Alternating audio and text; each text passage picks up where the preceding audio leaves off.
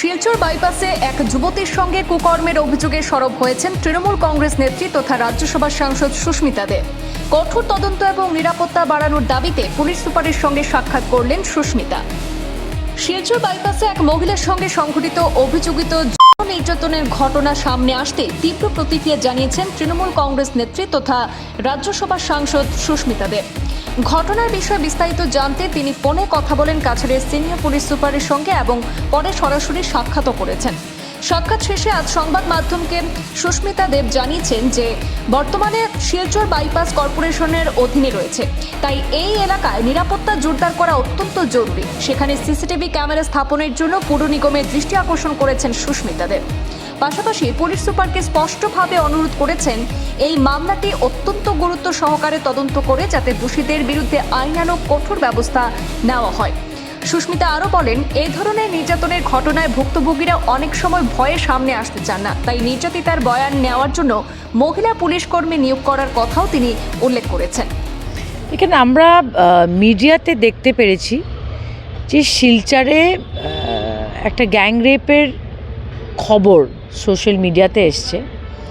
কি ব্যাপার, কি হয়েছে, কি চলছে সেটা নিয়ে আমি এসপিকে সকালে ফোন করেছিলাম এবং এখনই দেখা করলাম।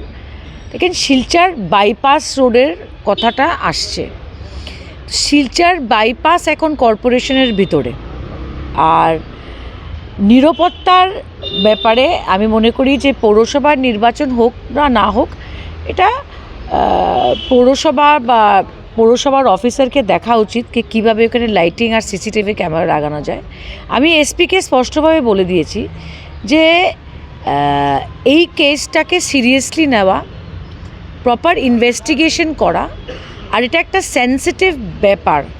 সো যে মহিলার নামে এই নিউজটা বা মহিলাকে নিয়ে এই নিউজটা করা হয়েছে, যে নির্যাতিত হয়েছে, ওর আইডেন্টিটিটা যেন গুপ্ত থাকে, এটা দেশের আইন।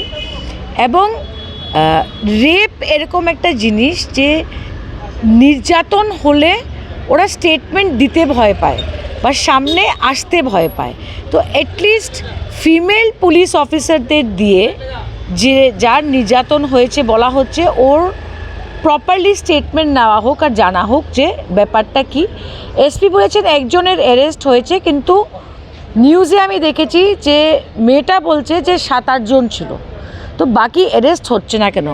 2 নম্বর কথা, আমরা 2 দিন আগে পত্রপত্রিকাতে দেখেছি যে একজন সাংবাদিক সুরজিৎকে শ্রীকুনার বাজারে মারধর করেছে। আশ্রম রোডে একজন সাংবাদিককে মারপিট করেছে জমির দালাল বলে উনি বলেছেন। আমি যেটা বুঝতে পারছি যে এই মহিলার মেয়েটার কেসে আর ওই কেসে যাদের নাম উঠে আসছে ওরা একটা কানেকশন আছে বা সেম লোকগুলা, বাবা ছেলে। তো প্রশ্নটা হলো যে শিলচরের ল অ্যান্ড অর্ডারটা কোথায় আছে? তো এটা নিয়ে আমি এসপিকে চিঠিও দিয়েছি, আমি চিঠিটা আপনার দিয়ে দেব। আমি মনে করি যে যদি ইনভেস্টিগেশন সঠিকভাবে না হয় তবে আমরা তৃণমূল কংগ্রেস থেকে আন্দোলন করব। কিন্তু এসপি আমার কাছে কয়েক ঘন্টার সময় চেয়েছে, সেটা আমি ওনাকে সম্মান জানিয়ে দিব। বাট এটা কোনো অবস্থাতেই আমরা মেনে নিতে পারছি না যে শিলচর শহরে এই ধরনের ঘটনা হবে। আর নিরাপত্তার ব্যাপারটা আসছে, আজকে ভিআইপিরা আসলে আমরা দেখতে পারি ঘন ঘন পুলিশ, রাস্তার থেকে দোকানপাট উঠিয়ে দেওয়া হয়, মানুষকে মারধর করে সরিয়ে দেওয়া হয়।